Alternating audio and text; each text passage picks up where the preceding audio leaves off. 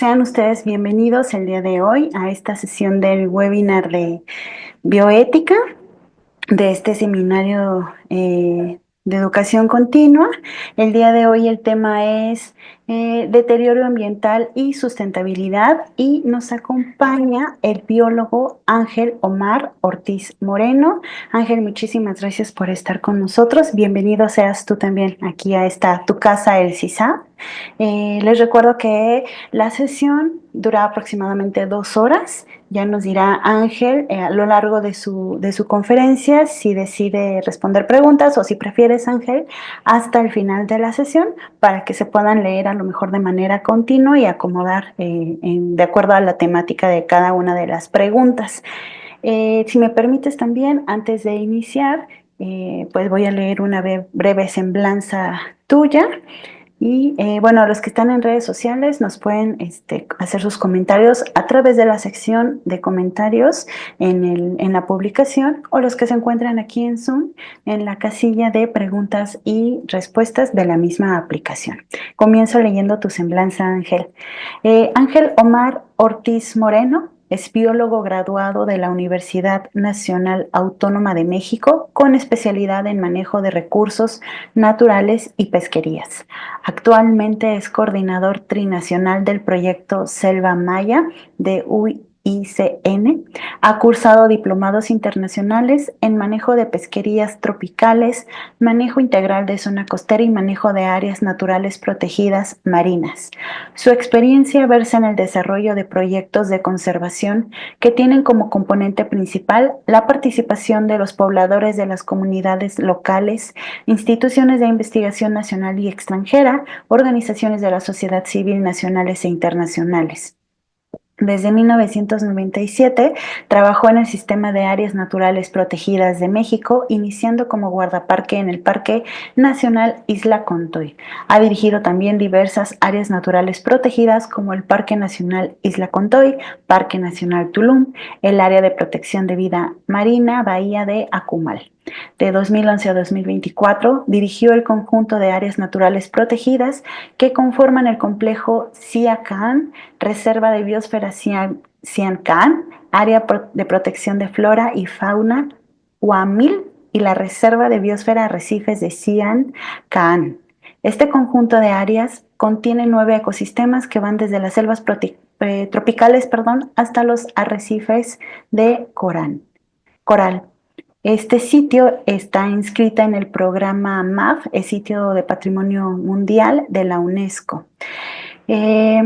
También al mismo tiempo fue director del Parque Nacional Tulum y del Área de Refugio de Vida Marina Bahía de Akumal. Su último cargo en CONAMP fue como director del Parque Nacional Cabo Pulmo, también sitio de Patrimonio Mundial.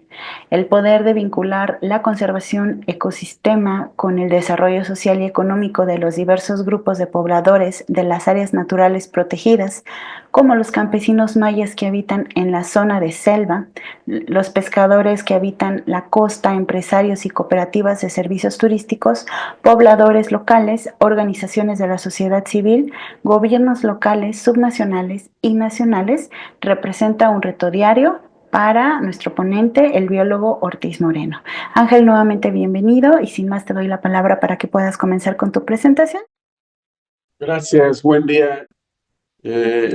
Antes que nada, gracias por la invitación. Soy Ángel Omar Ortiz Moreno. Estoy actualmente trabajando en la UICN, la Unión Internacional por la Conservación de la Naturaleza, la organización mundial más grande que existe en el mundo, encargada de conservar y impulsar el desarrollo sustentable.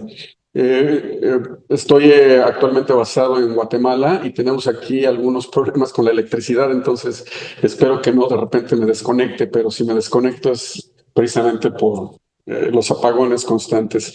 Muy bien, gracias por la invitación. Iniciaremos la charla. Me gustaría que las preguntas se hagan al final.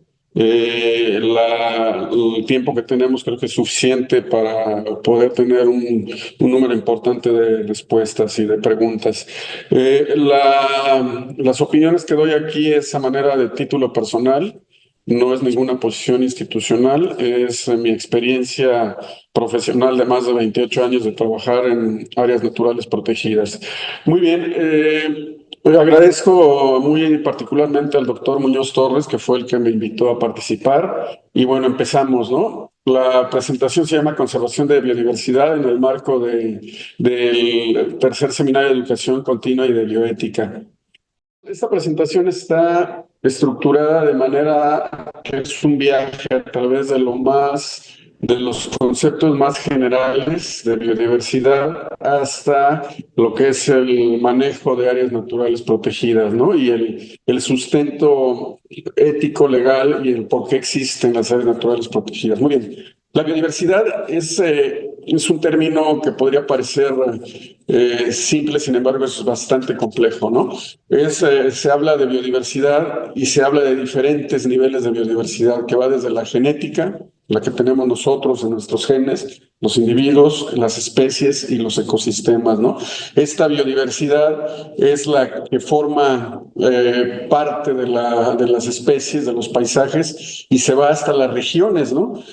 Podemos comparar o podemos ver las grandes diferencias que tenemos en los desiertos al norte de México, las zonas tropicales en el sureste, los grandes océanos que nos rodean, con una gran biodiversidad, una gran cantidad de organismos, de procesos ecológicos y de procesos obviamente evolutivos que nos llevan a dar una complejidad enorme desde el nivel genético hasta el nivel de los paisajes. Este concepto fue acuñado en 1985, realmente es un concepto relativamente nuevo y se dio en el Foro Internacional de Diversidad Biológica en Estados Unidos, ¿no? La que sigue, ahí va. La biodiversidad representa el capital natural de un país o de una región. Desde aquí ya empezamos a tener algunos motivos de discusión sana con respecto al momento de que se habla de capital. Nos dicen, bueno, ¿y por qué se habla del capital? Porque pues, precisamente es la riqueza inherente que tiene un país y en el cual se debería de sustentar un desarrollo equitativo, igualitario en las poblaciones, en la población de los países, ¿no? Deberíamos de tener, o debería de ser, que los países con mayor biodiversidad fueran los países más ricos y que la población que vive en estos países pues disfrutara de esa riqueza social, económica, etcétera, ¿no? Eh, Voy a apagar aquí el teléfono porque está sonando mucho, ya lo pagamos. La riqueza de un país debería de estar precisamente basada en el aprovechamiento responsable de esta biodiversidad. Si nosotros nos damos cuenta, algunos países o muchos de los países más biodiversos en el mundo han aportado precisamente al mundo diversas especies que se han domesticado y que son de uso diario y común en nuestras casas, ¿no? Como puede ser el maíz, los frijoles, las calabazas, el chile. Muchas veces nos preguntamos, oye, ¿de dónde vienen nuestros alimentos, no? En algunas charlas que he dado y que les he preguntado a algunos grupos de universitarios, pues me responden, pues vienen del supermercado. Pues no vienen del supermercado, vienen de un proceso de apropiación de los recursos naturales, de domesticación que nos ha llevado cientos o miles de años, ¿no? México está considerado como uno de los 17 países megadiversos del mundo. Eso es una gran riqueza, una gran oportunidad de desarrollo y un gran orgullo y una gran responsabilidad para los que vivimos o somos parte del país, ¿no? Baste decir que el 70% de la biodiversidad mundial se ubica en estos 17 países. Es decir, de todos los países que hay en el planeta, solamente en 17 se encuentra más de las tres cuartas partes de las especies de plantas, animales, hongos, algas, etcétera, que existen en el mundo, ¿no? El principal criterio para considerar un país megadiverso está en sus endemismos. Este término, que también es complejo, a veces es también mal usado, se refiere a las especies que viven o que existen en un solo sitio o región, ¿no? En México tenemos un gran número de endemismos, ahí presento una imagen de cactáceas, porque precisamente es uno de los grupos más biodiversos en México, ¿no? Los estudiosos a nivel mundial nos dicen que para que un país pueda ser megadiverso se debe tener más de 5,000 plantas endémicas, ¿no? Ahí vamos viendo la importancia y la riqueza que tenemos en México.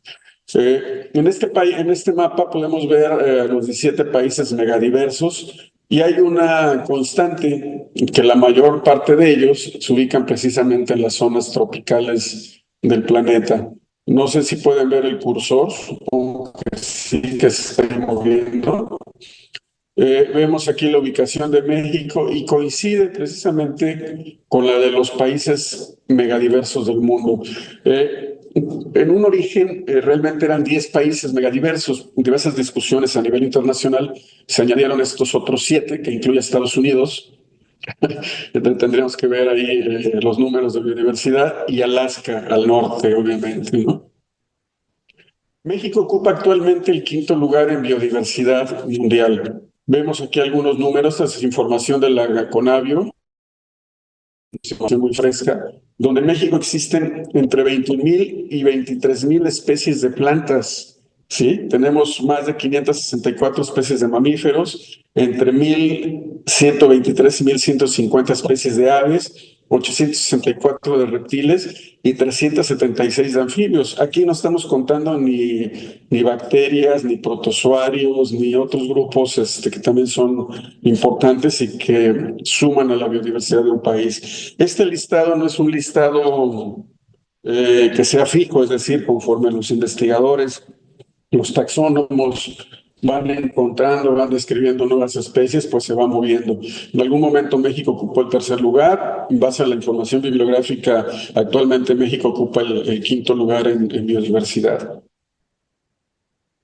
Lo que les comentaba, hay ciertas características que definen o que dan las condiciones para que los países sean megadiversos. Uno, en primero, vimos ese mapa del mundo y es precisamente en las zonas tropicales, entre el trópico de Cáncer hacia abajo, hacia el sur, donde se encuentran los climas que son más propensos a que existan grandes números de biodiversidad, ¿no?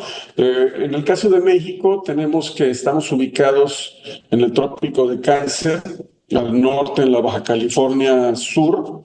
Se ubica la línea, aquí dice California Norte, dice Baja California Sur, y hacia el sur en Chiapas. También la diversidad orográfica. Vamos a ver más adelante un mapa de México.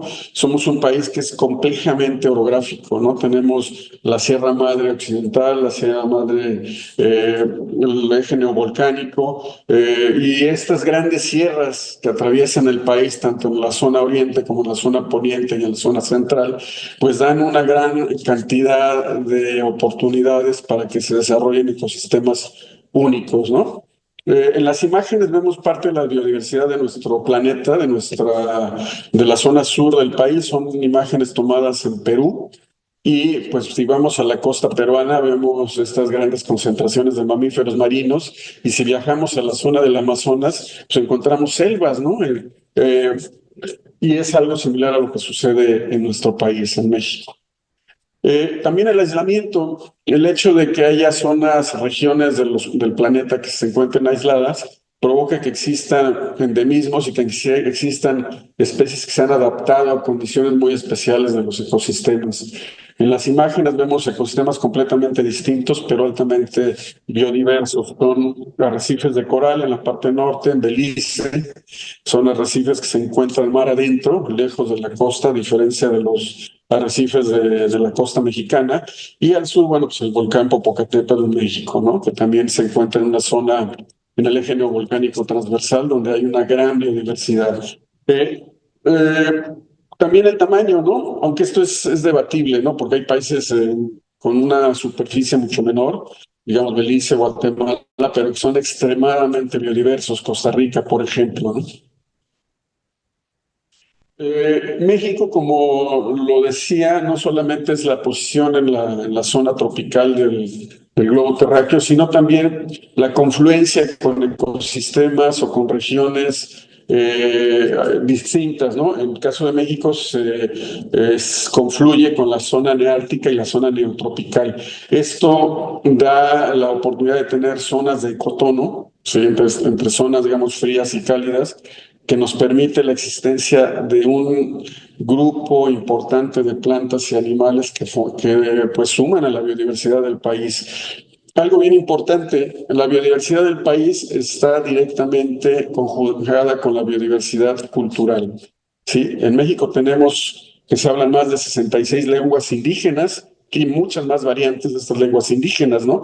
Esto nos da idea de que los grupos originarios en los países pues han utilizado la biodiversidad y estos mismos grupos han diversificado el utilizar la biodiversidad. Nosotros, o la mayor parte de las personas que vivimos en ciudades o que provenimos de un ambiente netamente citadino, pocas veces reflexionamos, ¿no? Sobre dónde vienen los alimentos, sobre cómo se dio el origen de lo que consumimos todos los días en nuestras casas, ¿no? Entonces, aquí tenemos una relación importante, ¿no? La biodiversidad está directamente relacionada con la diversidad cultural, con la diversidad lingüística y con la diversidad de uso de los recursos naturales en el mundo, no solamente en México. WWF, el Fondo Mundial para la Naturaleza, nos define que existen a nivel mundial 14 ecosistemas terrestres, ¿no? Siempre ha habido una tendencia más hacia lo terrestre que hacia lo marino, pero bueno, y que se calcula que los ecosistemas marinos existe aproximadamente el 15% de la biodiversidad mundial. Estamos viendo aquí que los ecosistemas marinos, si bien son menos conocidos que los ecosistemas terrestres, aportan con ese conocimiento que existe el día de hoy, el 15% de la biodiversidad mundial. ¿Por qué es importante la biodiversidad y por qué es importante los ecosistemas? ¿Por qué? Porque nos brindan servicios ambientales. Seguramente muchas y muchos de ustedes han escuchado hablar del tema de servicios ambientales.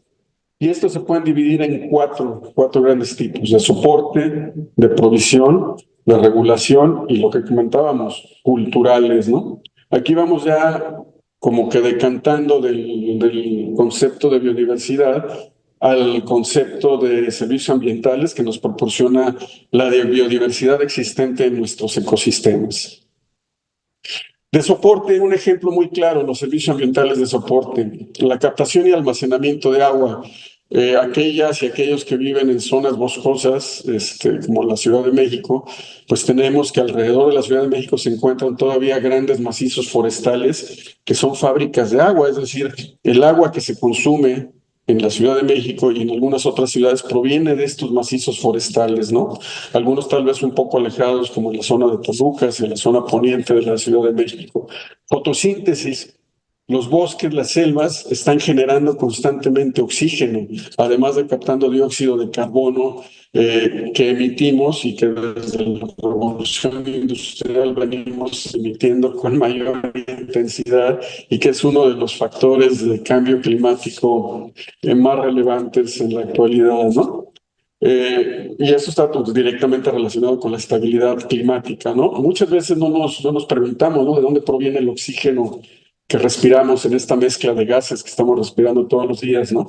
¿Y a dónde va a dar el carbono, el CO2, que estamos emitiendo cuando utilizamos nuestros vehículos, cuando consumimos productos que, pues, en su proceso de generación, de producción, generaron algún tipo de desecho, de contaminante, ¿no? Y la formación y mantenimiento de suelos. Ustedes habrán oído en las noticias, ¿no? De los grandes desastres que existen cuando hay lluvias, que se desgajan los cerros y que estas grandes cantidades de tierra y de lodo caen sobre poblaciones. Pero pocas veces nos ponemos a reflexionar el por qué sucedió eso, ¿no? No se debió, digamos, a las lluvias, porque las lluvias han existido durante toda la historia de la Tierra. No se debe a un efecto maléfico de alguien, ¿no? Se debe a una mala planeación en el desarrollo urbano, es decir, vamos y colocamos o nos asentamos en zonas donde existían ríos o en zonas de cuencas donde corre el agua o en las partes bajas de los bosques y además pues nos dedicamos a talar bosques arriba, ¿no? Entonces queda el suelo sin la protección de estos bosques, viene una lluvia torrencial como ha existido durante toda la vida de la tierra. Y pues el agua se lleva a la tierra y va a dar precisamente a las zonas donde históricamente han corrido ríos. Chiapas, ahí Monterrey, Nuevo León, etcétera. Entonces, bueno, para que vayamos empezando a hacer una reflexión sobre los ecosistemas y sobre nuestro actuar diario. Los servicios ambientales se van transformando. ¿A qué me refiero con esto? Es decir, los alimentos, que es lo que consumimos diario, la carne, las verduras, las frutas, pues provienen de un proceso de transformación de los ecosistemas. Es decir, las grandes plantaciones donde se produce maíz, donde hay frijol, donde se produce soya, trigo, las zonas donde hay plantaciones de árboles frutales, pues en algún momento contuvieron ecosistemas naturales, selvas, bosques, pastizales, yo qué sé. Entonces, la tala de un bosque para fines agrícolas implica una transacción, implica un cambio de servicios ambientales, de un tipo de servicio a otro tipo de servicio. ¿A qué me refiero?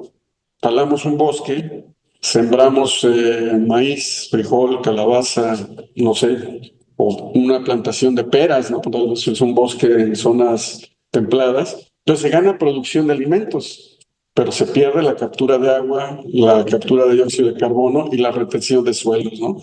Esta transacción, este cambio en los ecosistemas naturales tiene una implicación ética, tiene una implicación que debemos de preguntarnos día a día cómo podemos mitigar estos cambios y si el cambio o la pérdida de unos servicios ambientales es compensada por otro servicio, ¿no?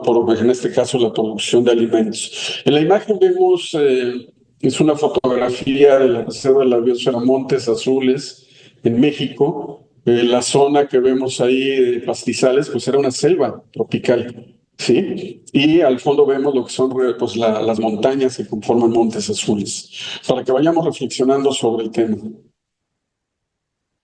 Estas transacciones no han sido valoradas ni han sido realmente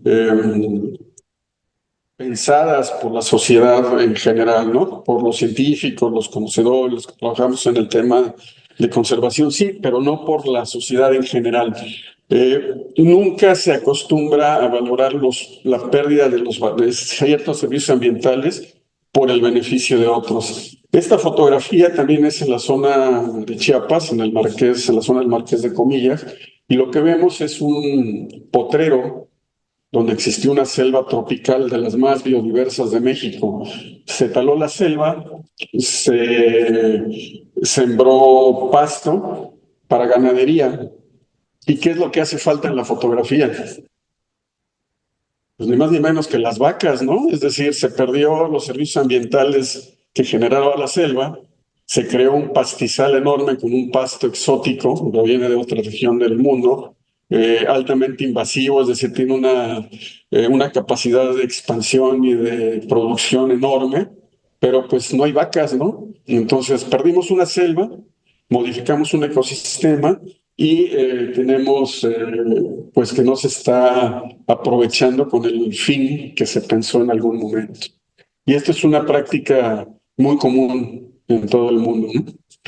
La pérdida y deterioro de los hábitats es la principal causa de pérdida de la biodiversidad o una de las principales causas de pérdida de la biodiversidad. Nunca o muy pocas veces se valora lo que sucede cuando se transforma un ecosistema, cuando se pierde su estructura y función, y cómo esta pérdida de estructura y función impacta en las especies y en los servicios ambientales que tenemos en estos ecosistemas.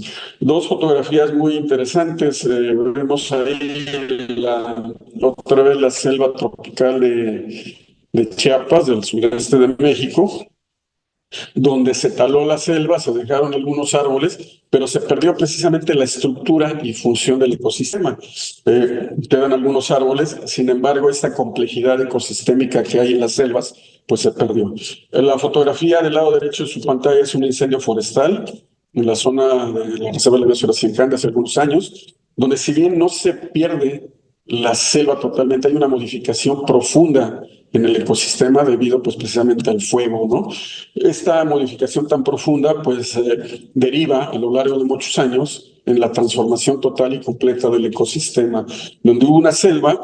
Con el paso de los años, otras especies que se comportan de manera invasiva van ganando territorio, y lo que era una selva se puede convertir en una sabana, que si bien es un ecosistema típico de las zonas tropicales del país, pues no es el ecosistema natural. Se pierde otra vez pues los servicios ambientales que otorgaba esta selva a la región, al país y al mundo, ¿no?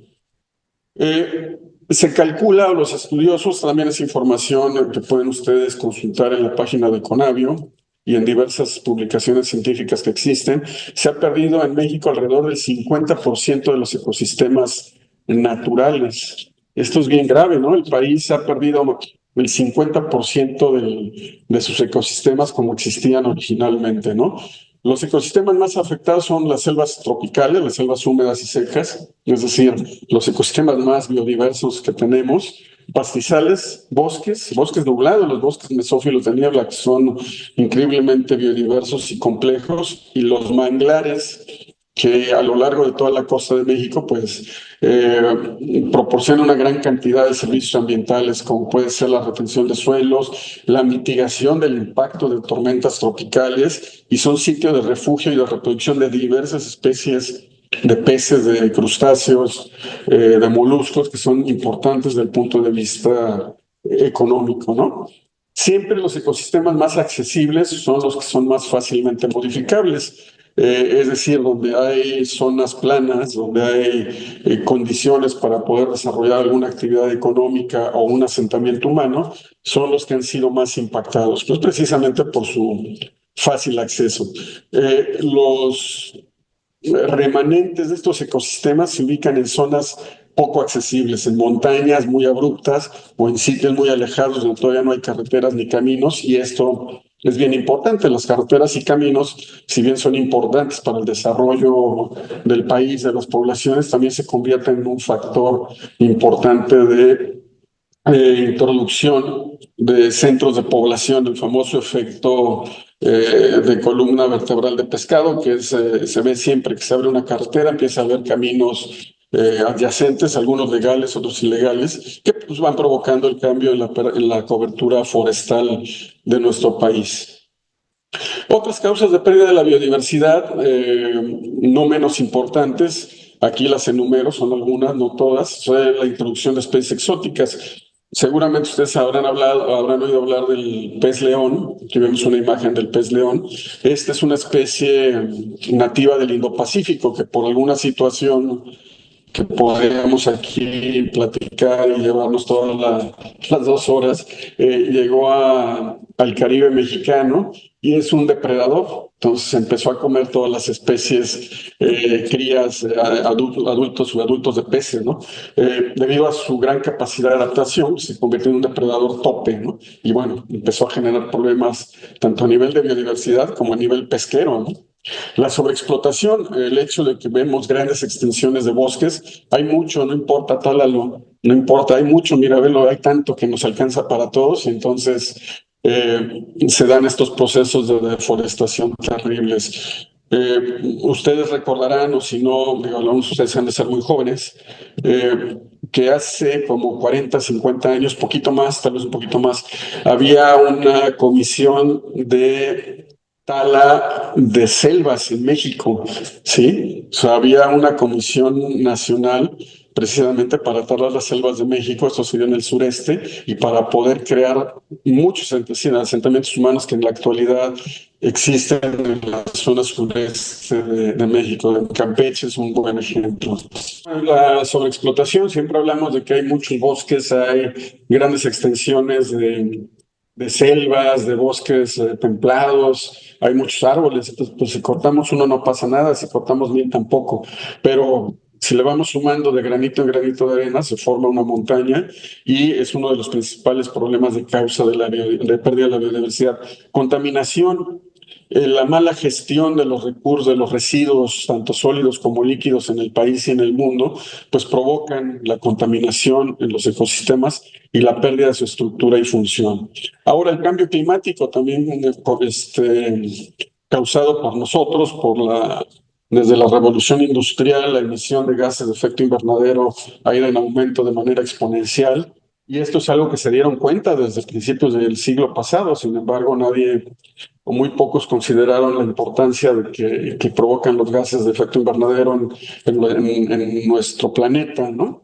Entonces, el cambio climático pues ocasiona la aparición de enfermedades que nunca se habían registrado. Por ejemplo, aquí vemos en esta foto pues hay un efecto de la famosa enfermedad del síndrome blanco y que ha ido deteriorando nuestros arrecifes de coral en el Caribe mexicano, ¿no? Esto es gravísimo porque los arrecifes de coral son uno de los ecosistemas más biodiversos del mundo, con una complejidad enorme, increíble, y donde se generan actividades productivas importantes como es el turismo, como son las pesquerías, como son incluso un servicio ambiental que es la mitigación de los impactos de tormenta que vienen, los ciclones, los huracanes, que también de manera natural han existido siempre en el mundo, pero que estos arrecifes de coral mitigan el oleaje antes de llegar a la costa, ¿no?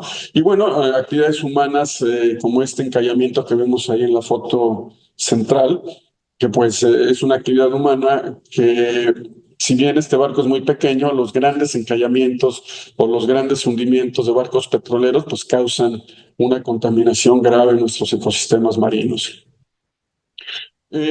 Hace algunos años se dio una evaluación global de la biodiversidad y los servicios ecosistémicos. Esta evaluación se dio en la plataforma intergubernamental científico-normativa sobre diversidad biológica y servicios ecosistémicos de la UNESCO.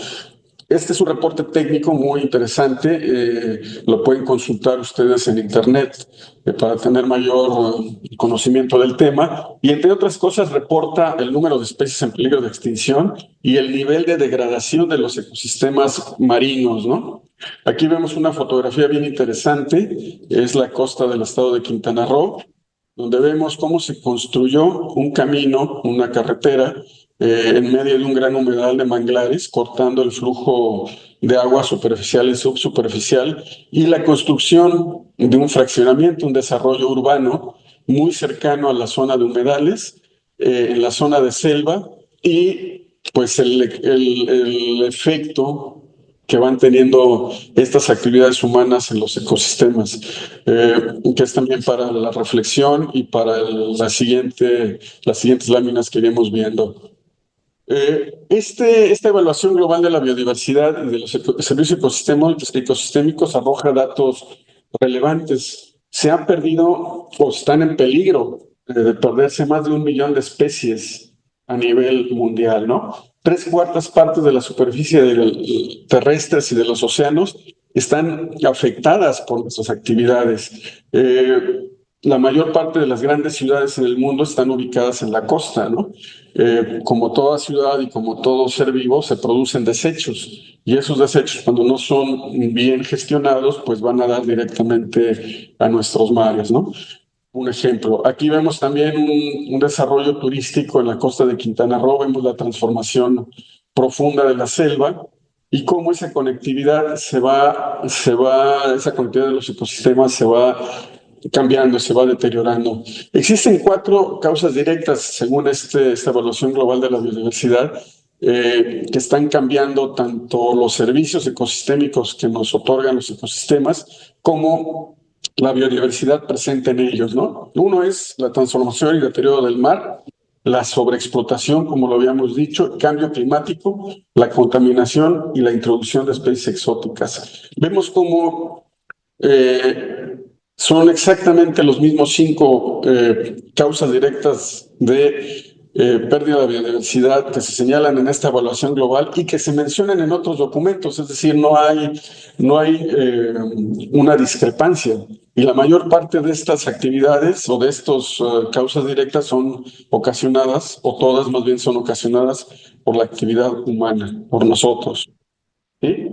Y algo que pocos conocen es cuánto otorgan los ecosistemas anualmente en dinero, ¿no? Desafortunadamente siempre las sociedades, la comunidad nos visualizamos o valoramos las cosas a través del dinero, ¿no? Hay estudios que nos dicen que los ecosistemas en servicios ambientales aportan entre 16 y 54 millones de dólares en el mundo. Es una cantidad increíble de dinero que puede compararse como 5 veces el total de la deuda externa de los países en desarrollo.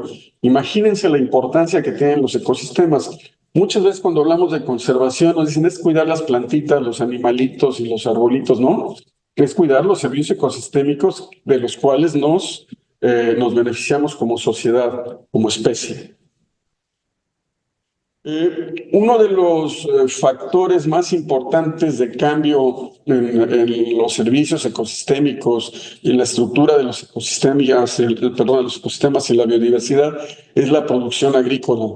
Tenemos que comer, diario comemos, ¿no? Diario, 3 veces al día, los que tenemos la fortuna de comer 3 veces al día, tenemos en nuestros platos productos que vienen pues del campo, de la producción agrícola, ¿no? Sin embargo, esta transformación de ecosistemas pues tiene una implicación a nivel global, a nivel del planeta. Se ha calculado que el valor de la agricultura pues ha aumentado desde 1970 a la fecha. Es decir, el valor de los productos ha ido aumentando, no como quisiéramos, es también otro punto aquí de debate. Sin embargo, esto ha provocado la degradación del 23% de los suelos del planeta. ¿Sí? Vemos también aquí una fotografía del estado de Chiapas, remanentes de selva tropical y parcelas que fueron abiertas tanto para actividades agropecuarias como ganaderas. Sin embargo, no vemos ningún tipo de ni vacas ni sembradíos, ¿no? Entonces vemos una selva tropical afectada sin producir las zonas que fueron afectadas. Entonces también es otro punto aquí de la reflexión. ¿Qué sucede con la degradación de los suelos? En el caso de las selvas tropicales, vemos grandes bosques, grandes árboles. Sin embargo, cuando hacemos un estudio o cuando somos observadores en las selvas que se desarrollan en suelos kársticos, el suelo orgánico es muy pequeño, son superficies de 20, 30 centímetros de suelo orgánico, realmente nada. Entonces, cuando se pierde la cobertura forestal, empieza un proceso de degradación. Cuando talamos las selvas o cuando se hace la famosa actividad de roza, tumba y quema, no todas las costumbres antiguas son buenas. Esto también es un punto de debate, es una posición netamente personal, pero cuando se quema la selva, pues sí queda negro, pero lo que queda de negro son las cenizas de la selva, no es suelo orgánico, ¿no? No es un suelo que quede ahí orgánico. Entonces estas zonas son productivas 2, 3 años, dejan de producir a los 3 años, pues vamos y cortamos otro pedazo de selva, ¿no? Y sembramos 2, 3 años y ya no produce, pues cortamos otro pedazo. Básicamente lo que estamos viendo en esta imagen que vemos, esta es también la zona del Marqués de Comillas, a un lado de la reserva de la biosfera Montes Azules. El 50% de la expansión agrícola se dio en el siglo pasado, desde 1980 al año 2000, y fue básicamente en las selvas tropicales del planeta, sí, o sea, ese boom de transformación se dio hace más de 20 años, se ha mantenido esta tasa de transformación. Sin embargo, se dio sobre las selvas tropicales, sobre los ecosistemas más complejos que hay en el planeta, además de los arrecifes coralinos, y se dio en 2 regiones del mundo. Uno en América Latina, en nuestro continente, para producción de alimentos, para producción también de ganado, y en Asia para la producción de palma de aceite, ¿no?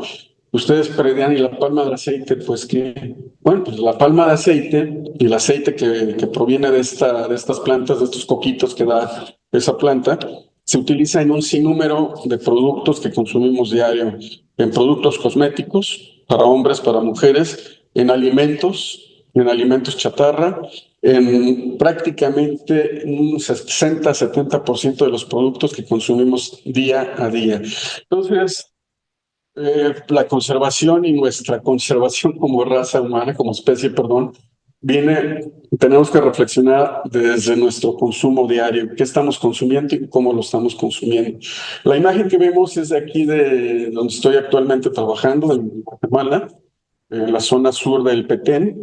Vemos remanentes de selva tropical, son estos parchecitos hacia la parte superior de su pantalla, zonas de siembra, zonas de cultivo, y hacia el sur lo que tenemos vemos bien verde, bien bonito, pero son plantaciones de palma aceitera, ¿no? Entonces se está transformando un hábitat altamente biodiverso como son las selvas tropicales aquí de este país, de esta región, en monocultivos y en monocultivos de palma de aceite.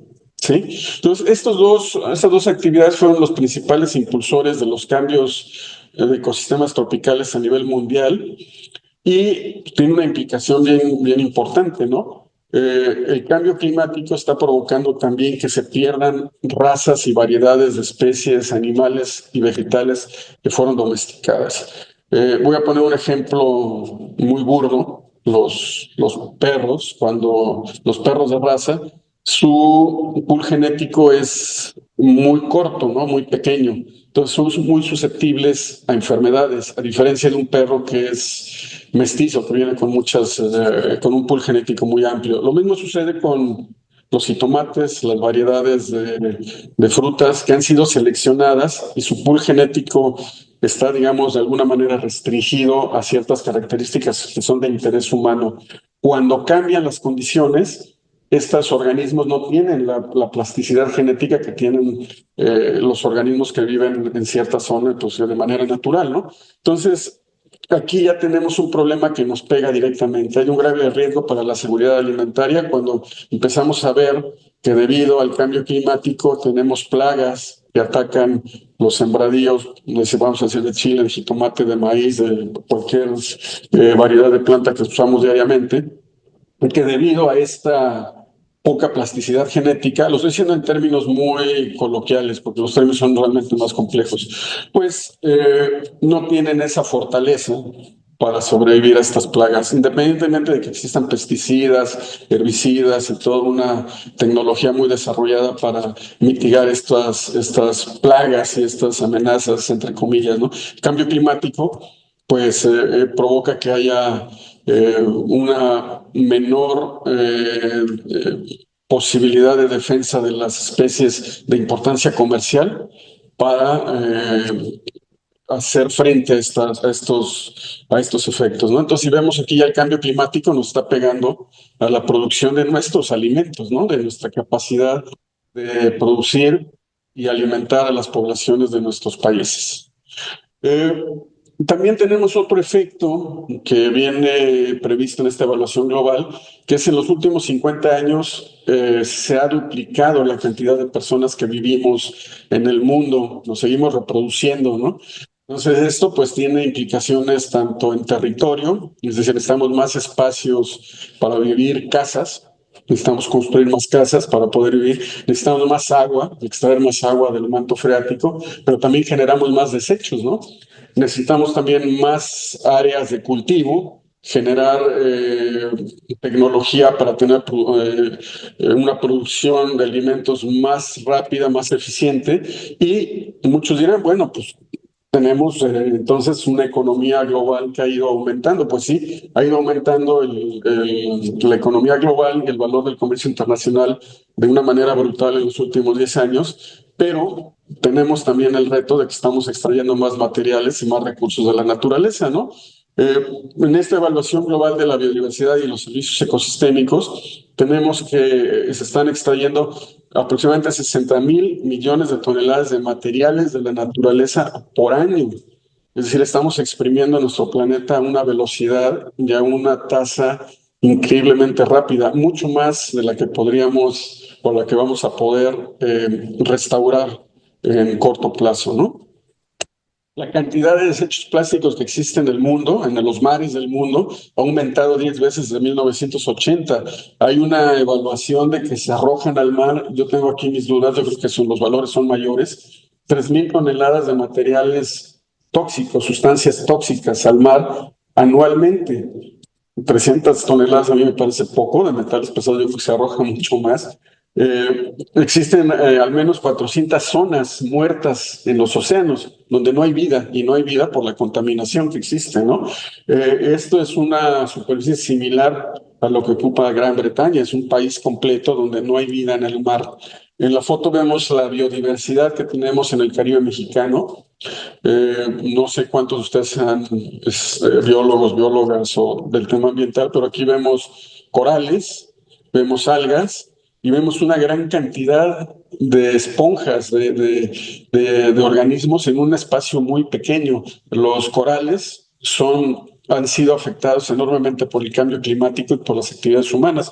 Y recordemos que en estos ecosistemas se reproducen especies de importancia comercial, entre uno de los muchos servicios ecosistémicos que estos ecosistemas nos otorgan diariamente.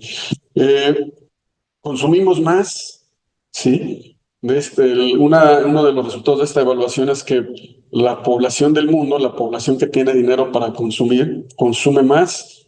¿Cuántos de nosotros, en cuanto sale el nuevo modelo de teléfono de la marca que sea, pues vamos y lo compramos, ¿no? Porque es el nuevo modelo. O cambiamos de coche, ¿no? Entonces vamos a cambiar el coche porque ya tiene un año o dos de uso, ya no me sirve. O acaba de salir la super camisa que utiliza la estrella de fútbol, entonces vamos y compramos una playera, una camisa carísima. Entonces, este proceso de consumo, pues tiene una implicación también en los sistemas, tiene una implicación, todos los materiales de los que están hechos los teléfonos, pues no provienen de magia, provienen de ecosistemas transformados, de minería, de procesos industriales, de generación de recursos, perdón, de uso de recursos como el agua, que después se desecha, se va digamos, al drenaje y de ahí, si tiene suerte, a una planta de tratamiento de aguas residuales. Sin embargo, en el mundo todavía existen más de 800 millones de personas que no cuentan con seguridad alimentaria. Entonces vivimos en un planeta con grandes disparidades. Las sociedades que tienen dinero pues se dedican al consumismo, mientras hay otros grupos sociales, otros países donde ni siquiera tienen la certeza de lo que van a comer día a día. Los países en desarrollo basan generalmente su economía en la exportación de sus productos, ¿no? Agrícolas, ganaderos, pesqueros, forestales y mineros. Si hacemos un análisis global, vemos que los países en desarrollo viven o vivimos de exportar, de estar exportando nuestras materias primas, que luego nos las regresen ya transformadas, ¿no? Mientras que los grandes países desarrollados pues están invirtiendo en conservación de la biodiversidad mundial. Pues aquí vemos una paradoja bastante interesante de análisis, ¿no? Los países que apenas están desarrollando venden su biodiversidad o la transformación de su biodiversidad, y los países en desarrollo, ya desarrollados, los países del primer mundo, están invirtiendo en conservar. Entonces hay una balanza ahí que no logra tener un punto de encuentro real, ¿no? Sin embargo, la contaminación en los países que están en desarrollo, en el aire, es mucho menor, ¿no? Entonces, aquí tenemos otro punto también de análisis. También el cambio en la biodiversidad nos trae problemas directos en los pueblos originarios, es decir, quienes sufren más directamente esta transformación de la biodiversidad y de los ecosistemas son los grupos indígenas y las comunidades locales. ¿Por qué? Porque sus conocimientos, su uso de los recursos está basado en un conocimiento ancestral. Más allá si es bueno o es malo o han hecho un aprovechamiento responsable, su vida diaria está basada precisamente en el aprovechamiento de sus ecosistemas o de las zonas donde ellos viven. Sin embargo, el desarrollo a nivel mundial está controlado por ciertos grupos de poder, no vamos a mencionar aquí cuáles, pero tenemos grandes empresas que mueven la economía, ¿no? O pocos países que mueven la economía mundial. Baste ver el ejemplo de los famosos aranceles que está imponiendo Estados Unidos a todos los países con los cuales tiene comercio. Entonces viene un proceso que cambia la economía global, ¿no? Las principales actividades que tienen un impacto a nivel global, ya lo dijimos, es la agricultura, las pesquerías y la minería. Y esto contribuye a que se hayan identificado más de 2.500 conflictos ambientales de gran magnitud en todo el planeta. En estas imágenes vemos, bueno, los traficantes del lado izquierdo, traficantes de colmillos de elefante, que tienen un valor comercial muy alto en China y en los países donde pues, hay un desarrollo importante de la economía. Y como los mismos grupos locales de personas, son mujeres, son guardaparques de África, de un país africano, pues están defendiendo su territorio, incluso armadas, ¿no? Es un grupo muy conocido, creo que está en Sierra Leona, donde están precisamente con apoyo de organizaciones internacionales, pues defendiendo lo que queda de su biodiversidad y defendiéndolo con armas. Existen 5 líneas principales para generar un cambio transformador, es decir, que esto deje de suceder y que tengamos una relación más sana con nuestro entorno, con nuestra biodiversidad, con nuestros pueblos originarios, se menciona de manera muy general la eliminación de subsidios perversos, la cooperación real intersectorial, no solamente de palabra o de buen discurso, medidas preventivas, es decir, prevenir en vez de remediar, la adopción de decisiones en un contexto de incertidumbre, es decir, qué va a suceder en el futuro si hacemos o dejamos de hacer ciertas actividades a nivel global, y la aplicación del derecho ambiental. Básicamente, esta última es sumamente importante. Mientras no exista un proceso real de aplicación del derecho ambiental y su aplicación, pues vamos a seguir escribiendo leyes y teniendo leyes como sucede en nuestro país. En México tenemos, creo que una de las mejores legislaciones ambientales que hay en el mundo, pero lo que nos hace falta pues es una aplicación directa de esta, ¿no? Resumiendo todo lo que acabamos de platicar hasta el momento, tenemos que la naturaleza es esencial para mantener nuestra economía y nuestra seguridad alimentaria, salud y calidad de vida. No es solamente la conservación de la belleza escénica de las selvas, de los bosques, el cuidar a los animales, como luego mucha gente nos dice, es que ustedes se dedican, los biólogos, a cuidar a los animalitos y y abrazan a los árboles, ¿no? Eso va más allá de un tema de cuidar a los animales, es cuidarnos nuestra sobrevivencia en el planeta, el único que tenemos, y que valoremos todos como sociedad los servicios ambientales que día a día nos otorgan, ya sean estos directamente o transformados, como lo acabamos de platicar, cuando una selva se transforma en un potrero o cuando un bosque se transforma en un área maderable. Eh, Espero que no haya sido muy complicado hasta hoy. Ahora ya vamos a ver un ejemplo directamente. Vamos bajando de nivel de conceptos, ¿no?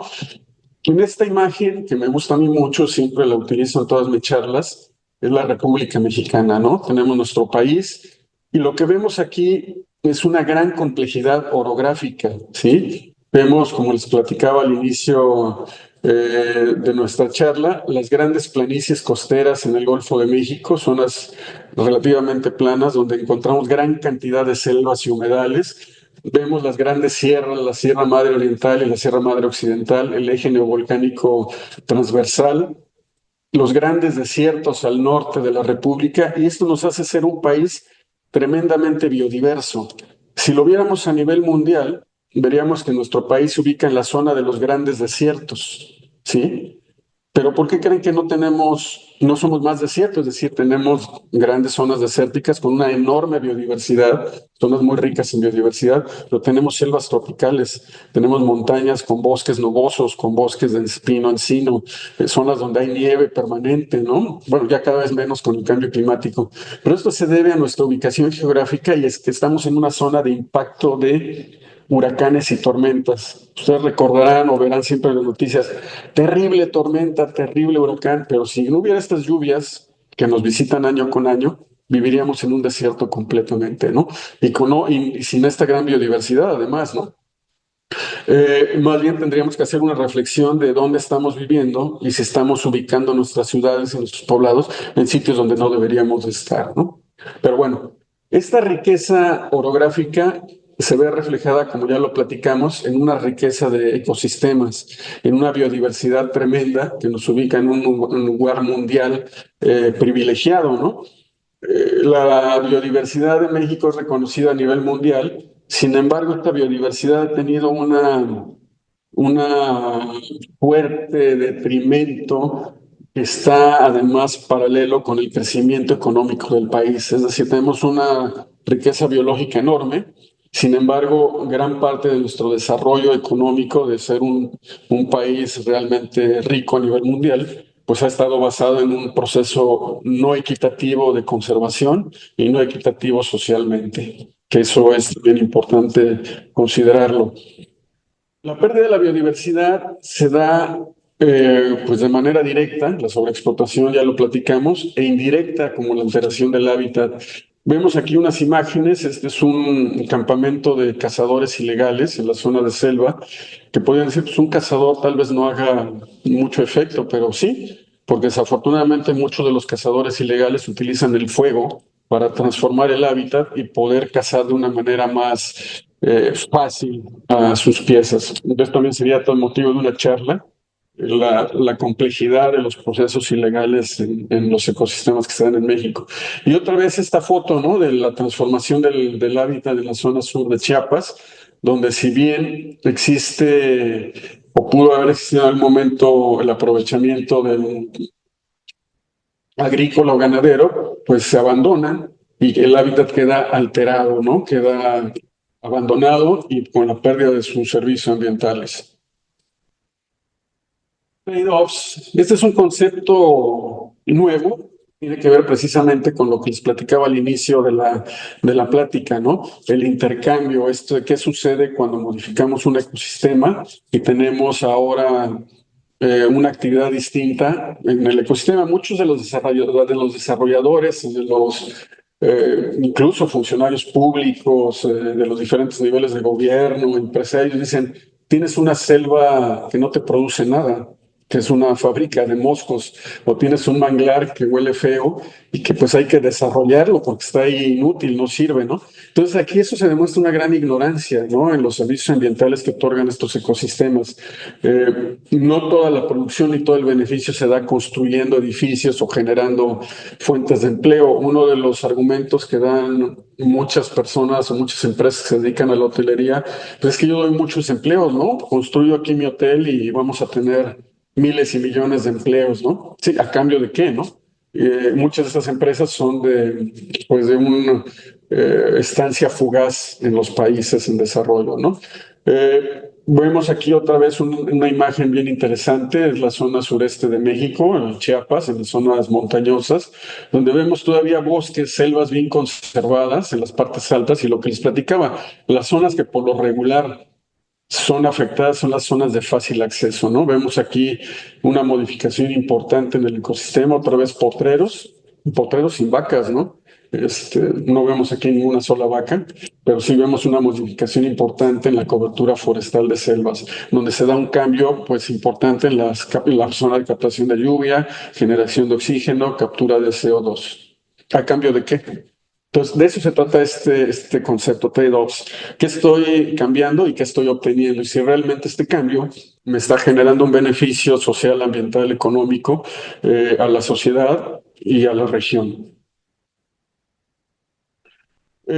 Aquí tenemos esta diapositiva, nos está resumiendo todo lo que les acabo de platicar, los factores de pérdida de biodiversidad, los demográficos, seguimos creciendo, los patrones y niveles de consumo, es decir, seguimos consumiendo cuanta cosa se nos ocurre, gobernabilidad, ¿no? Si hay invasiones de zonas naturales, selvas, bosques, desiertos, tecnológicos, ¿no? El desarrollo tecnológico muchas veces tiene un impacto, o todas las veces tiene un impacto importante en la biodiversidad, en la generación de residuos sólidos o líquidos, y en políticas públicas y desarrollos tecnológicos cerrados. En México y en el mundo tenemos muchos ejemplos, ¿no? Se nos ocurre construir una ciudad donde no debería, o se nos ocurre construir un proyecto de impacto regional, nacional, en donde pues no debería de existir, en México y en el mundo, ¿no? Los directos, cambio en la cobertura vegetal, ya vimos las imágenes, especies invasoras, sobreexplotación, cambio climático, contaminación, y todo esto va a tener un efecto. La disminución de la biodiversidad, el deterioro de los servicios ambientales y la reducción de nuestro bienestar humano, ¿no? Al final, no se trata de conservar por conservar, se trata de hacer un uso sustentable y responsable de los recursos naturales. Hay muchas, ya vamos a entrar en materia de conservación. Se han desarrollado a nivel mundial diversos conceptos de conservación y desarrollo. La necesidad de desarrollarnos es inherente. Mientras sigamos en el planeta y sigamos reproduciéndonos, vamos a tener necesidad del uso de los recursos naturales. Entonces tenemos que plantearnos un reto muy importante. Esto se ha hecho desde hace muchos años, pero desde nuestras casas, desde nuestra vida diaria, nuestros patrones de consumo, nuestros patrones de vida, tienen un impacto, es un efecto de bolita de nieve que empieza muy pequeña y se va haciendo muy grande, sobre cómo vemos y cómo contemplamos nuestro entorno, ¿no?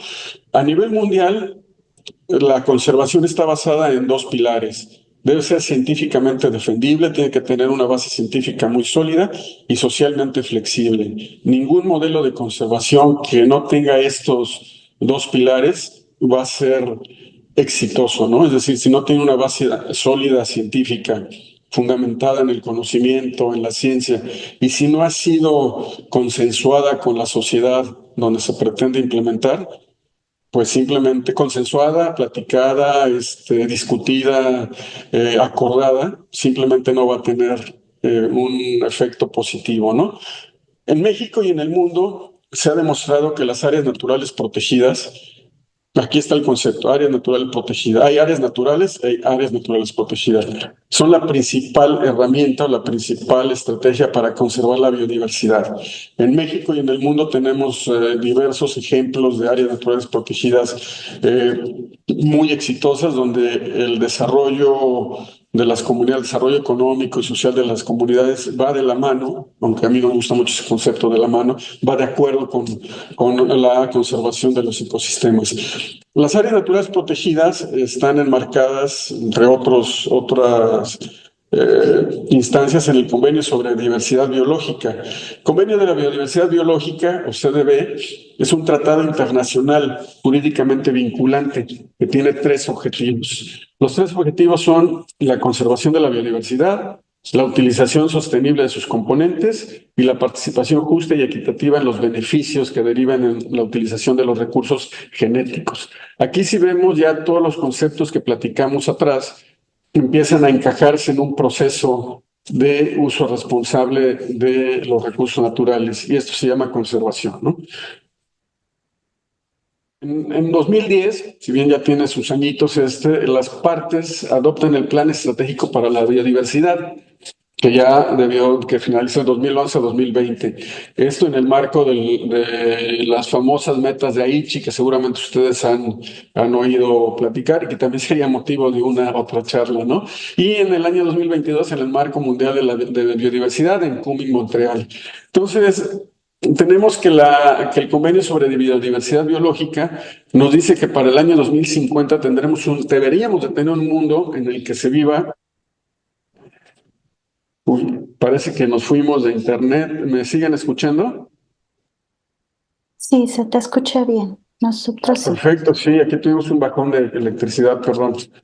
Que para el año 2050 tendremos un mundo en el que se viva con armonía en la naturaleza, ¿sí? Más allá de la armonía y de estar abrazando árboles y otras pues expresiones de amor a la naturaleza, es precisamente el tener una relación positiva, responsable y de uso otra vez responsable de los recursos naturales. Y que para el año 2030, dentro de muy poco, dentro de 5 años, tendremos que haber adoptado a nivel mundial medidas urgentes para detener la pérdida de la diversidad biológica e invertir en esto, ¿no? No se trata otra vez de cuidar a los animalitos y cuidar a los árboles, es cuidar los ecosistemas, cuidarnos a nosotros mismos, nuestra supervivencia en el planeta.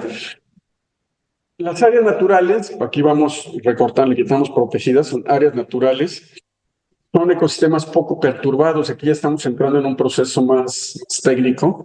No voy a adentrarme tampoco en los conceptos técnicos, no tendría mucho caso. Esta información la pueden consultar en la página de Conavio. Y tenemos que los ecosistemas poco perturbados tienen una calidad, es una calidad de los servicios ecosistémicos que brindan, ¿no? Esto nos da una integridad ecológica, es decir, el ecosistema está bien estructurado. Existen depredadores tope, pongamos ejemplo el jaguar, los pumas, los felinos que existen en las selvas de México, y existe alimento para ellos. Y del alimento para ellos también hay pues una cobertura forestal o una gran cantidad de organismos de los cuales, como en una escalerita, se van alimentando unos a otros, ¿no? Y esto nos da el índice de capital natural. Este índice de capital natural está basado en la cantidad, es decir, en la extensión del ecosistema y en la calidad del ecosistema. Esto es algo bien interesante al momento de crear áreas naturales protegidas, ¿no? Es un concepto bastante relevante, en donde pues no es lo mismo un parque urbano, no es lo mismo el parque que tenemos en nuestra colonia, que pues un área extensa de bosques como la que rodea la Ciudad de México, o el corredor Chichinautzin, con una enorme cantidad de bosques que hay ahí, de sistemas acuíferos de relevancia. Las áreas naturales están directamente basadas, o su calidad está directamente relacionada con la conservación de sus procesos ecosistémicos, ¿no? Conavio nos dice que la mayor pérdida de capital natural se dio de 1985 al año 2002 en Campeche, Nuevo León, Guerrero, Oaxaca, Chiapas, Tamaulipas, Colima, Tabasco, Hidalgo. O sea, no son estados que tienen una gran biodiversidad. Sin embargo, esta integridad ecológica se fue perdiendo en estos años en una velocidad increíble. Sin embargo, para el año 2011 y 2021, ojo, aquí no es, el informe no habla de los últimos años, de los últimos 4 años. La pérdida del capital natural en los estados de Quintana Roo, Campeche y Yucatán se incrementó de una manera enorme, ¿no? Estos datos los pueden consultar en la página de Conavio. Y bueno, aquí vemos una imagen de cómo los proyectos transforman el hábitat, ¿no? Una transformación bastante grave de las selvas tropicales de Quintana Roo. Este gráfico, que también lo pueden consultar ustedes en la página de Conavio, vemos cómo la transformación del índice de capital natural, donde tenemos uno como el valor de un capital natural en buen estado, es decir, que la integridad está directamente relacionada con la superficie del sitio, pues ha tenido cambios desafortunadamente graves. El estado de Quintana Roo, que era uno de los estados con mejor conservación de su integridad natural, pues lo vemos con un descenso brutal simplemente del año 2011 al año 2021, que tiene que ver pues con el crecimiento demográfico en el estado. Es uno de los estados con mayor crecimiento poblacional, un crecimiento de desarrollos turísticos, de grandes ciudades, Playa del Carmen, Tulum, que han ido creciendo de manera exponencial los últimos años, ¿no? Y así tenemos este análisis para estos estados de México. ¿Qué es un área natural protegida? Aquí ya le aumentamos de área natural a área natural protegida, aumentamos el último concepto. De acuerdo a la LEGEPA, son porciones terrestres o gáticas del territorio nacional representativas, ojo aquí, de los diferentes ecosistemas y de la biodiversidad, en donde el ambiente o las características originales no han sido alteradas por el hombre, ¿sí? Este es un concepto importante para su reflexión también, que no han sido alteradas por el hombre. No vamos a decretar área natural protegida en una zona donde ya hay una milpa. Bueno, pues estará incluida si los ecosistemas alrededor todavía tienen características que los hacen de un alto valor para su conservación. Pero per se, la pura milpa, pues no puede ser un área natural protegida, ¿no? Sin embargo, en las reservas de biosfera sí hay actividades ganaderas, agrícolas, y hacia allá vamos, hacia allá precisamente es hacia donde vamos, como un ejemplo donde sí se puede hacer el uso de los recursos naturales sin perder las características de los ecosistemas, las características que nos proporcionan servicios ambientales de estos ecosistemas, ¿no? Aquí vemos las áreas naturales protegidas federales de México. Este es un mapa que generó la Secretaría de Medio Ambiente a través de la Comisión Nacional de Áreas Naturales Protegidas. Yo laboré durante 28 años en la CONAM. Y bueno, vemos aquí que el día de hoy tenemos 232 áreas naturales protegidas de carácter federal en México. Eso es bien interesante. Y 602 áreas destinadas voluntariamente a la conservación. Son áreas que los ejidatarios, los dueños de estos terrenos, han destinado de manera voluntaria. Es un modelo bien interesante de conservación. La representación de las áreas naturales protegidas pues está repartida en todo el país. Sin embargo, vemos todavía algunos sitios donde no existen, y bueno, la creación de área natural protegida lleva por sí mismo un proceso bastante complejo, tanto desde el punto de vista técnico como social. Eh, Me voy a regresar aquí la lámina. Existen diversas categorías de área natural protegida y de manejo en México. La Ley General del Equilibrio Ecológico, en su reglamento de áreas naturales protegidas, define qué tipo de áreas naturales protegidas existen en México. Existen parques nacionales, 79. Perdón, pero se ve muy pequeño, pero es la diapositiva original de CONAM. 17 áreas de protección de flora y fauna. No, son 57 áreas de protección de flora y fauna, 48 reservas de biosfera, 28 santuarios, 15 áreas de protección de recursos naturales y solamente 5 santuarios. Cada categoría de manejo tiene sus características, ¿sí? No es lo mismo un parque nacional que una reserva de la biosfera que un santuario. En el caso de las reservas de la biosfera, que es donde nos vamos a concentrar ya en la parte final de mi charla, provienen de un concepto que se generó en los años 70 en la UNESCO, donde se propone que el hombre, digo aquí habría que modificar tal vez el término, la humanidad, y la biosfera tienen una relación sana, es decir, donde la humanidad a través de la ciencia, de la cultura, del conocimiento y de la participación de las comunidades, conserva sus ecosistemas, los aprovecha de manera responsable y los perpetúa para las siguientes generaciones. Esto es bien importante, nunca pensamos o muy pocas veces pensamos en las futuras generaciones, ¿no? ¿Qué va a suceder con nuestros hijos, nuestras hijas en las siguientes años? Cuando ya no estemos nosotros, seguirán disfrutando de los servicios ecosistémicos, tendrán la misma calidad de vida, seguirán existiendo las fuentes de agua de las cuales hacemos uso todos los días. Si ustedes quieren conocer más sobre las reservas de la biosfera, ahí está la liga. La UNESCO, cuando crea este concepto, desarrolla un programa. El programa se llama precisamente El hombre y la biosfera, Man and the Biosphere en inglés, y tiene las bases ahí se sientan las bases para un desarrollo sustentable y de conservación de la biodiversidad que genere una mejora en la calidad de vida de las personas que viven y habitan estas zonas de reserva. Volvemos otra vez al concepto que les platicaba hace un momento.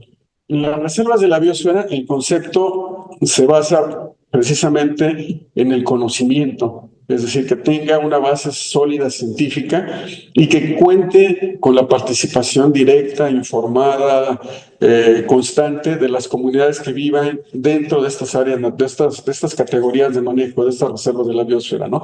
Si no contamos con estos dos conceptos, con estos dos requisitos, llamémosle así, pues difícilmente podremos tener un modelo de reserva de la biosfera que sea, que cumpla con lo que dice el programa El Hombre y la Biosfera y que realmente tenga resultados positivos.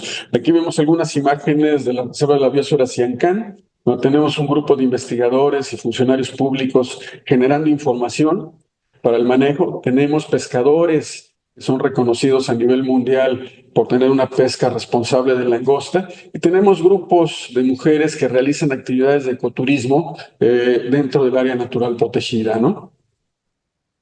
Nos vamos a la península de Yucatán. Aquí también tenemos esta imagen, fue tomada de la página de CONAM.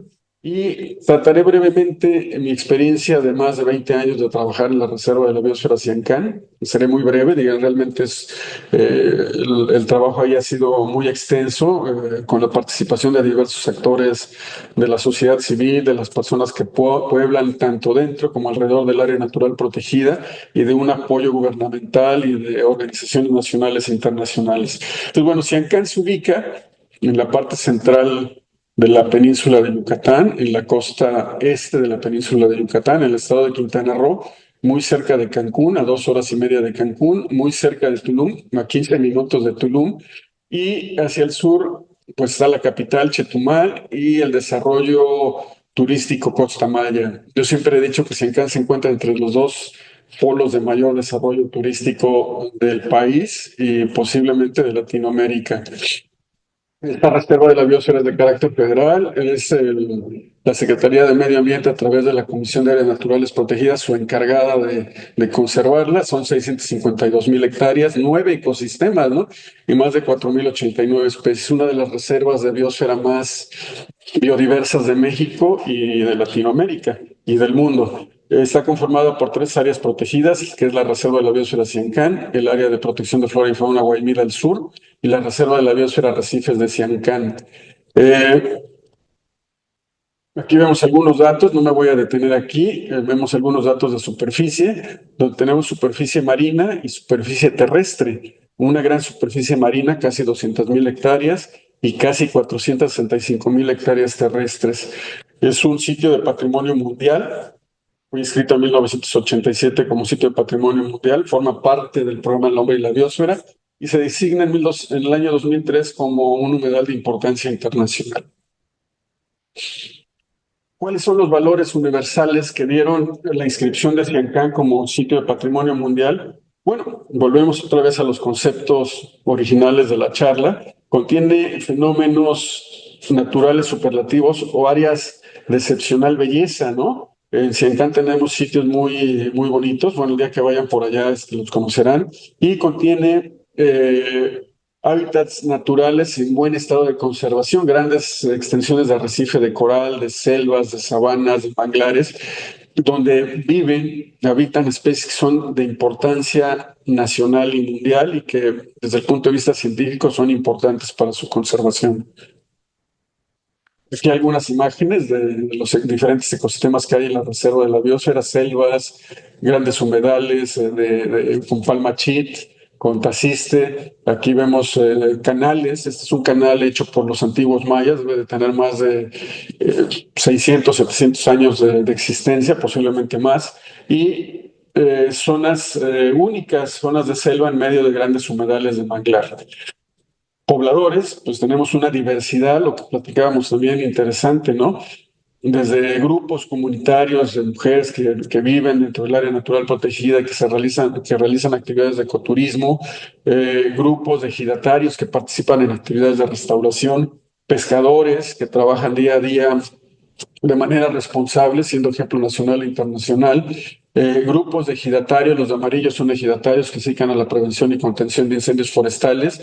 Y ejidatarios, aquí vemos a una persona que se dedica al trabajo de turismo, de ecoturismo, una de las cooperativas mejor organizadas y con mayor reconocimiento a nivel igual nacional e internacional, conformada por personas mayas de la región que han dejado de ser campesinos y ahora se dedican al ecoturismo de una manera muy, muy exitosa. Y en la costa, pues millonarios en dólares que viven, porque Siancán tiene tanto propiedad privada en la costa como propiedad ejidal en la zona de selvas y terrenos de propiedad federal en la mayor parte de la reserva o del complejo de áreas naturales protegidas es de propiedad federal.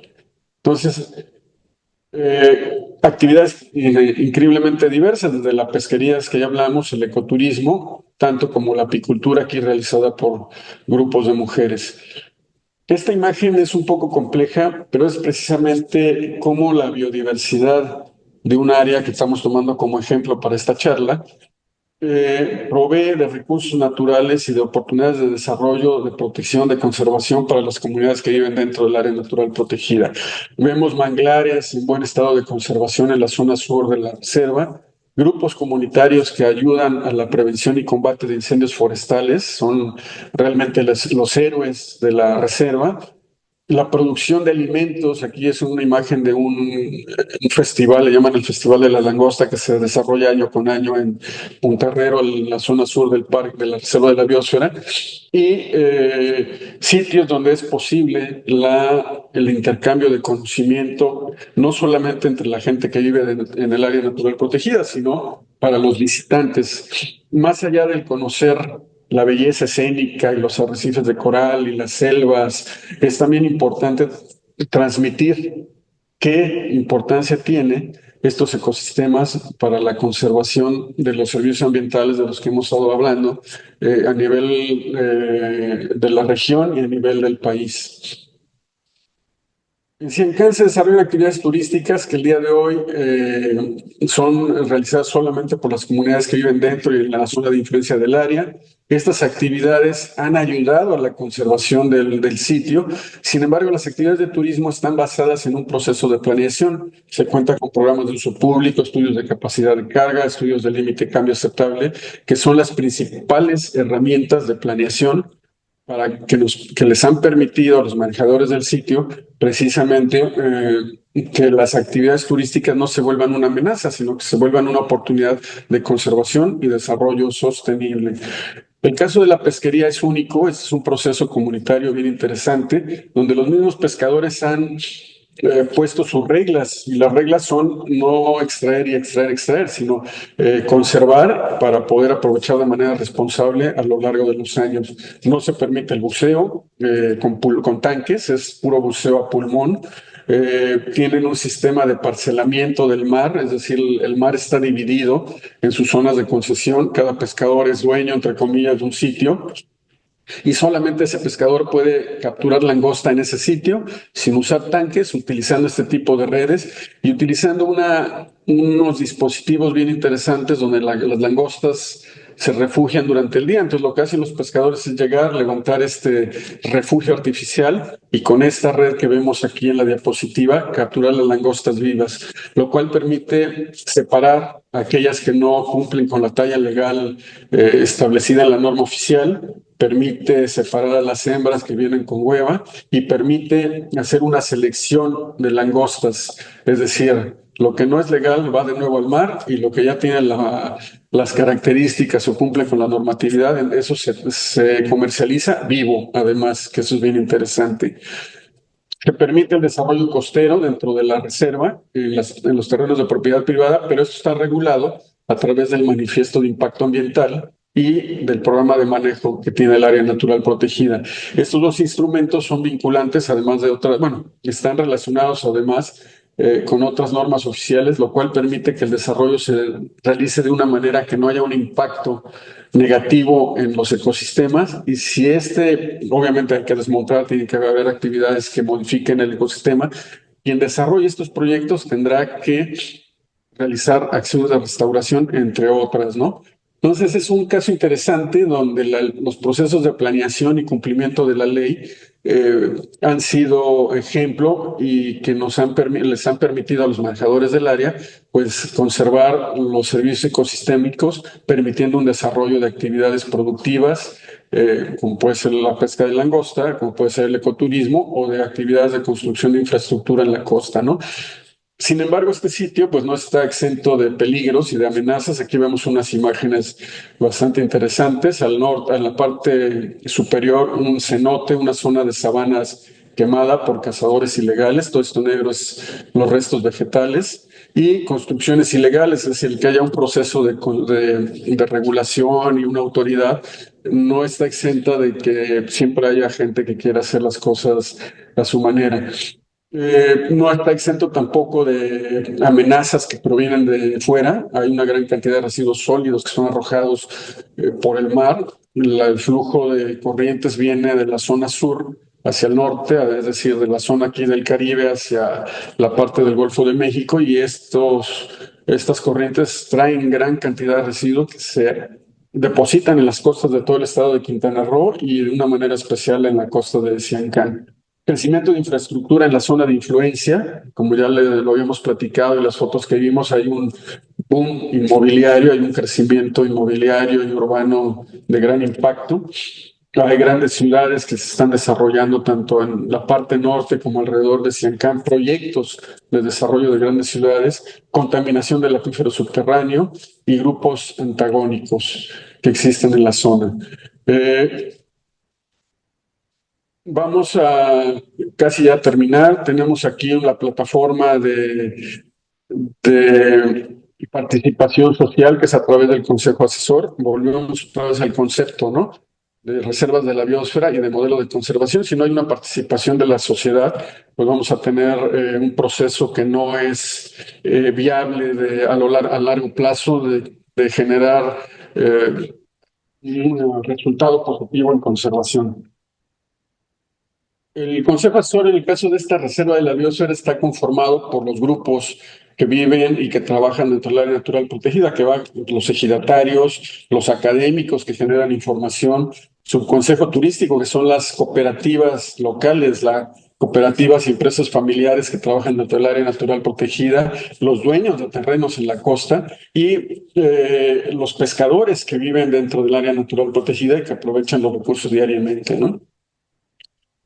Los logros, ya estamos muy próximos a finalizar mi charla, pues se logró el manejo de 3 áreas naturales protegidas, lo cual tiene que ver precisamente con los lineamientos de las reservas de la biosfera establecidos por la UNESCO. Se ha logrado integrar las actividades humanas y la problemática de conservación para que haya procesos de desarrollo económico, social, con la conservación de los ecosistemas, demostrando que no es incompatible estos conceptos, sino que a través de procesos de participación social, procesos de participación académica y procesos finamente planeados, se puede llegar a hacer un aprovechamiento de los recursos naturales de manera responsable. Existe un comanejo de las pesquerías de langosta, sobre todo en la pesca de langosta dentro del área natural protegida, donde participan organizaciones de la sociedad civil, universidades, la institución a cargo del área natural protegida y obviamente pues, las cooperativas pesqueras. Se ha diversificado la actividad productiva, es decir, actualmente los pescadores también se dedican al ecoturismo, los campesinos dejaron de ser campesinos y se dedican al turismo. Algunos siguen también siendo campesinos, siguen trabajando en sus parcelas, pero lo hacen de una manera más responsable, fuera del área natural protegida. Los pescadores, además de dedicarse a la pesca, se dedican a la actividad del ecoturismo, pero en sus variantes, no solamente en los tours, sino que sus casas las han convertido en pequeños hoteles o en pequeños restaurantes que les proveen de un beneficio económico palpable, ¿no? Hay un manejo exitoso, y aquí vemos algunas imágenes de las cooperativas, entre las comunidades locales y las autoridades responsables del área. Se ha desarrollado infraestructura en la zona de costa. Si ustedes van algún día hacia Ancán y dicen, oye, ¿por qué hay casas si es una reserva de la biosfera? Pues precisamente porque es una reserva de la biosfera. Si fuera un parque nacional no habría nada. Los parques nacionales son la forma más restrictiva de manejo dentro de las categorías de manejo que contempla la Ley General del Equilibrio Ecológico. Existe una red de vigilancia comunitaria, es decir, los ejidatarios y los pescadores se han organizado junto con la autoridad para poder vigilar y hacer que se cumpla la normatividad ambiental dentro del área natural protegida. Eso es bien interesante. Y esto mismo sucede en otras áreas, no es un caso único, sin embargo, estamos tomando como ejemplo el caso de Siancán. Y existen brigadas comunitarias de prevención y combate de incendios forestales, ¿no? Donde participan también grupos de mujeres. Aquí vemos imágenes muy interesantes donde se realizan actividades de vigilancia junto con las autoridades de la Secretaría de Marina. Grupos de mujeres que se dedican al monitoreo de la biodiversidad, ayudan a la autoridad a tener mayor información sobre la biodiversidad presente en el área. Y tenemos aquí una imagen de los procesos de capacitación en prevención y combate de incendios. Finalmente, cierro mi participación con estos textos. Es el resultado de la última evaluación del Centro de Patrimonio Mundial que se llevó a cabo hace 2 o 3 años, no recuerdo con exactitud, y dejé el texto en inglés, donde precisamente el Centro de Patrimonio Mundial de la UNESCO dice que la integridad del sitio de patrimonio mundial está intacta, ¿sí? Hasta el momento de que hicieron la evaluación, hace 2 años. Donde los valores universales excepcionales se han mantenido, es decir, esta riqueza biológica y estos grandes ecosistemas en buen estado de conservación se han mantenido, y donde otros valores culturales, y acá tiene 28 sitios arqueológicos dentro de su poligonal, y naturales se han conservado de manera intacta. Pues bueno, aquí vemos cómo podemos tener ejemplos de conservación, de desarrollo responsable, de planeación y de participación que no surgieron de la noche a la mañana, son procesos que han llevado muchos años, pero que deberíamos de retomar hacia nuestra vida diaria, hacia nuestro devenir como funcionarios públicos, como académicos, como organizaciones de la sociedad civil, que trabajamos día a día en la conservación de los recursos naturales o que no estemos ligados directamente a la conservación de los recursos naturales. Les agradezco el tiempo que me hayan escuchado y quedo atento a sus preguntas. Ahí están mis datos, mi correo personal, mi correo laboral y pues muchas gracias por haberme escuchado. Estimado Ángel, muchísimas gracias a ti por habernos compartido todos estos datos. La verdad es que nos hace reflexionar mucho sobre en dónde nos encontramos ahora en cuanto al tema de deterioro ambiental y sustentabilidad aquí en México. Y todo esto que nos mencionas desde los pequeños cambios que podemos hacer en nuestros estilos de vida en casa, pues también nos dejan algo, ¿no? Para nosotros como personas individuales, también como en la parte de la casa y en la comunidad, que a veces incluso es muy difícil. Todas estas cosas que tú platicas desde los proyectos comunitarios, ojalá existiera una herramienta que nos ayudara también como a establecerlos en otras áreas como las urbanas. Y a esto iba mi comentario anterior, que a veces es muy difícil hasta tratar como de unir esfuerzos en colonias o en pequeños condominios tan solo como para la separación de basura, ¿no? Entre los vecinos o como para otro tipo de actividades que tienen que ver con los recursos naturales que están pues dentro de estas áreas urbanizadas.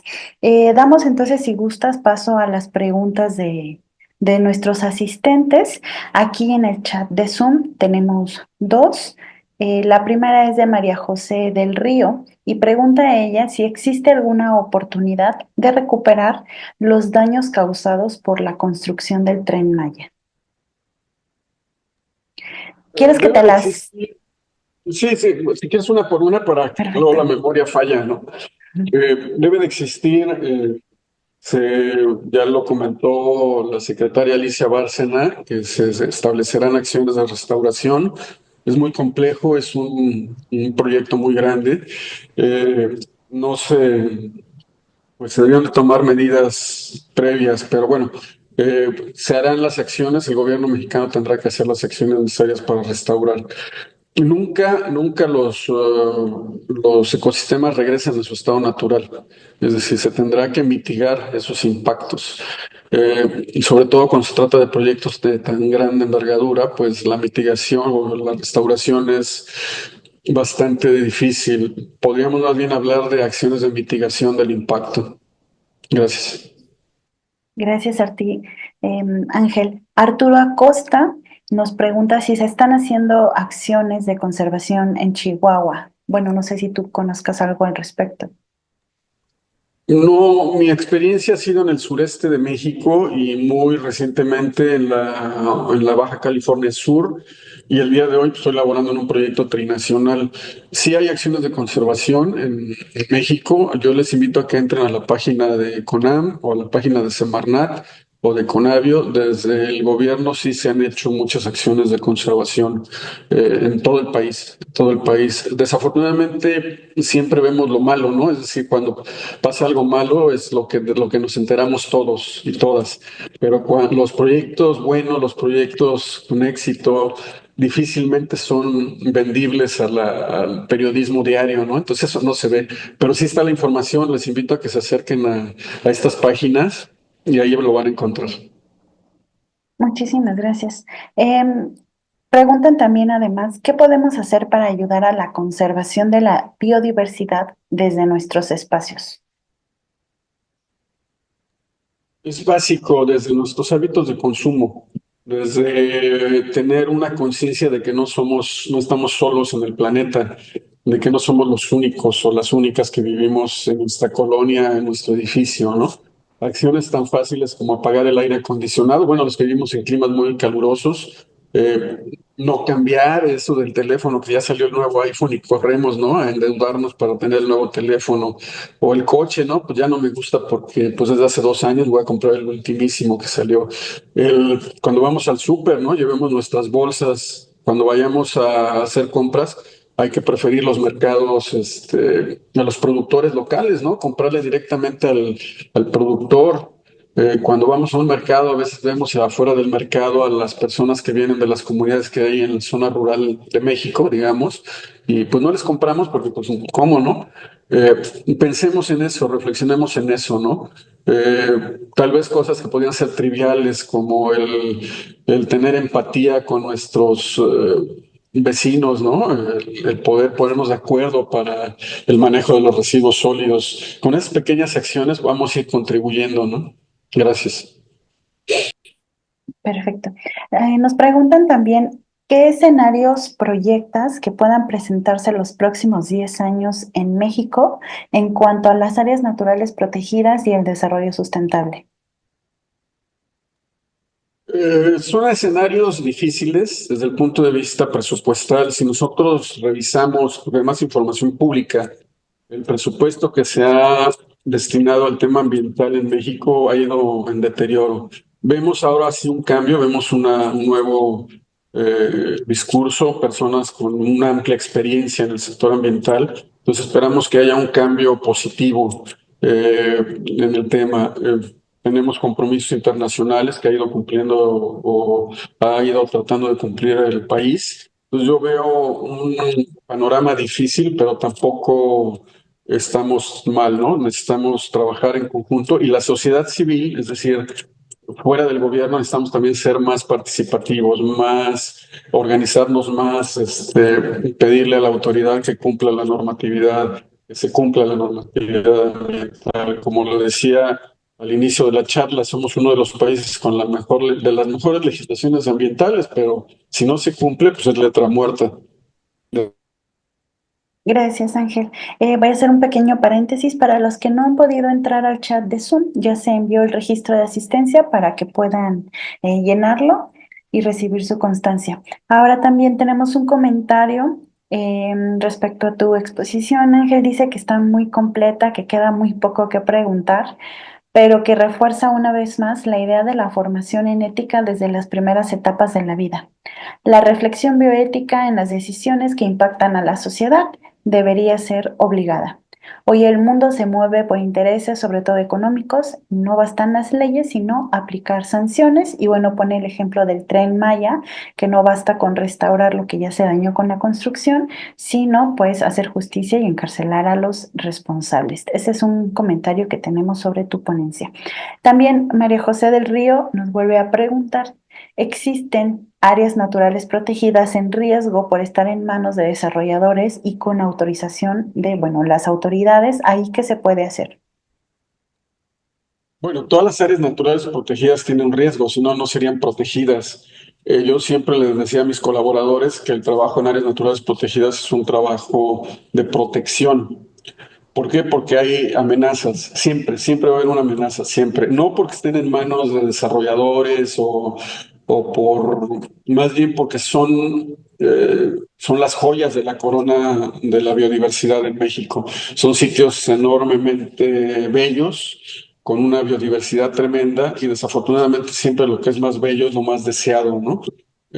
Entonces, si nosotros como sociedad estamos vigilantes del cumplimiento de la normatividad, difícilmente se podrá violar esta normatividad. Es decir, si es un área natural protegida, se deberá de cumplir lo que establece el programa de manejo del área y toda la demás normatividad y legislación que protege ese sitio. Tenemos que estar muy atentos y atentas de que ese cumplimiento sea al pie de la letra y de que los procesos que se desarrollan dentro de los sitios o fuera de los sitios, en sitios que no necesariamente sean áreas naturales protegidas. Hay zonas muy bellas, muy ricas en biodiversidad en México, bien conservadas que no se da, no hay de otra. Gracias. Gracias. Ay, Ángel, hay otra pregunta.